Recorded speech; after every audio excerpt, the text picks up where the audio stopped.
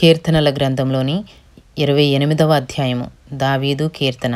యెహోవా, నేను నీకు మొర్రపెట్టుచున్నాను. నా ఆశ్రయదుర్గమా, మౌనముగా ఉండక నా మనవి ఆలకింపుము. నీవు మౌనముగా నుండిన ఎడల నేను సమాధిలోనికి దిగువారి వలె అగుదును. నేను నీకు మొర్రపెట్టునప్పుడు, నీ పరిశుద్ధాలయము వైపునకు నా చేతులు ఎత్తునప్పుడు నా విజ్ఞాపన ధ్వని ఆలకింపుము. భక్తిహీనులను, పాపము చేయువారిని నీవు లాగివేయనట్టు నన్ను లాగివేయకుము. వారు దుష్టాలోచన హృదయములో నుంచుకుని తన పొరుగు వారితో సమాధానముగా మాట్లాడుదురు. వారి క్రియలను బట్టి, వారి దుష్టక్రియలను బట్టి వారికి ప్రతీకారము చేయము. వారు చేసిన పనిని బట్టి వారికి ప్రతీకారము చేయము. వారికి తగిన ప్రతిఫలమిమ్ము.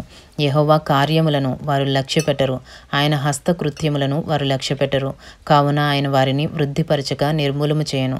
యెహోవా నా విజ్ఞాపన ధ్వని ఆలకించియున్నాడు. ఆయనకు స్తోత్రము కలుగునుగాక. యెహోవా నా ఆశ్రయము, నా కేడెము, నా హృదయము ఆయన యందు నమ్మికయుంచెను గనుక నాకు సహాయము కలిగెను. కావున నా హృదయము ప్రహర్షించుచున్నది.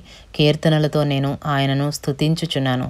యెహోవా తన జనులకు ఆశ్రయము, ఆయన తన అభిషిక్తునికి రక్షణ దుర్గము. నీ జనులను రక్షింపుము, నీ స్వాస్యమును ఆశీర్వదింపుము. వారికి కాపరివై నిత్యము వారిని ఉద్ధరింపుము.